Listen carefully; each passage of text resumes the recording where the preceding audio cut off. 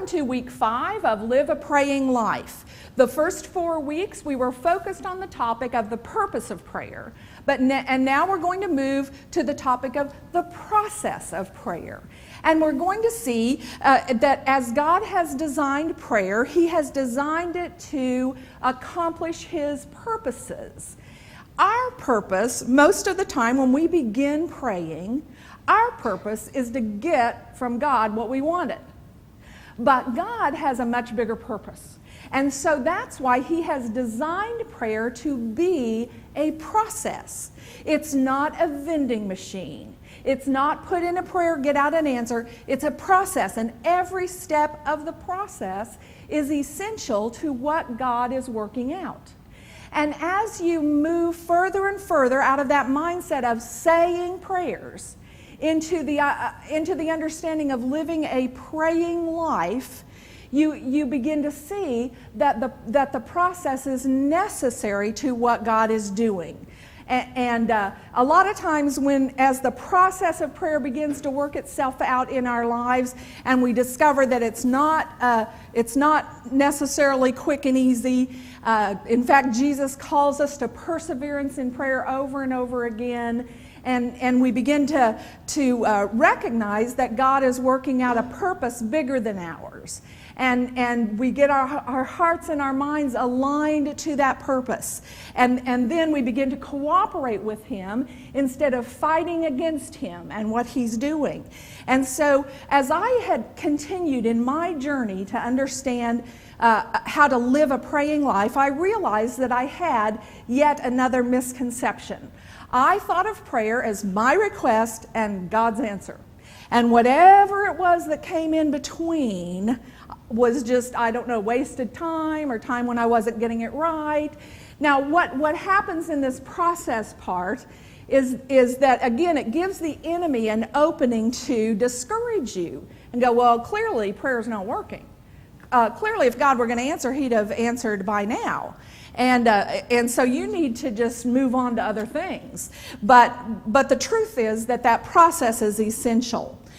And we begin to find the mercies of God unfolding at every turn.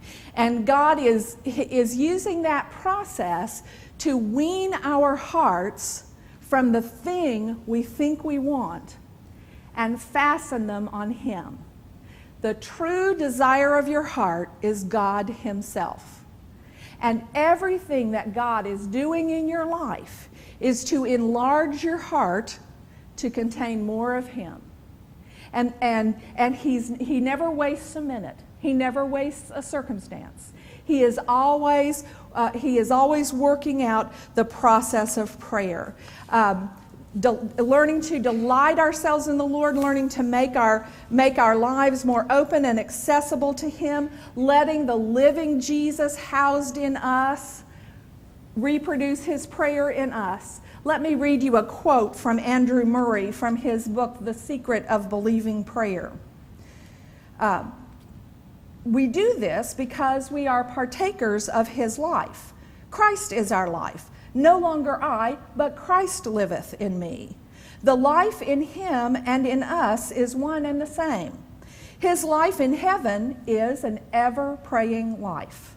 When it descends and takes possession of us, it does not lose its character.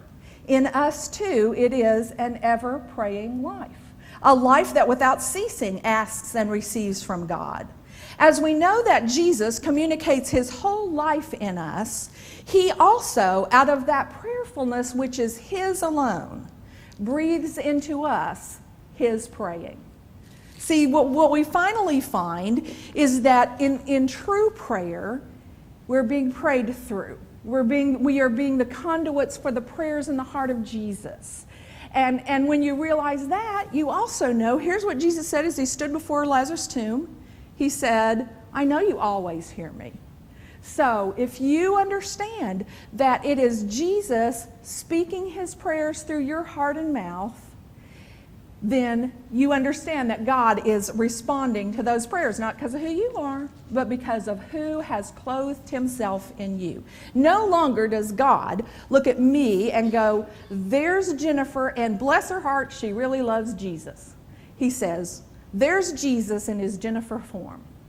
You see? Because he has clothed himself in us. It's an amazing thing how intimate this relationship is.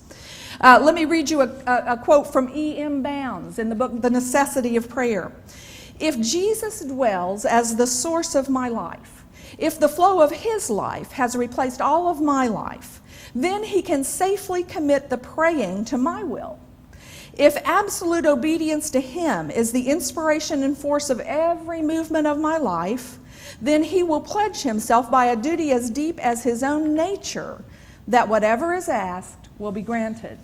You see, that's the secret. That's the secret to setting us free. And the process of prayer is working in each individual one of us.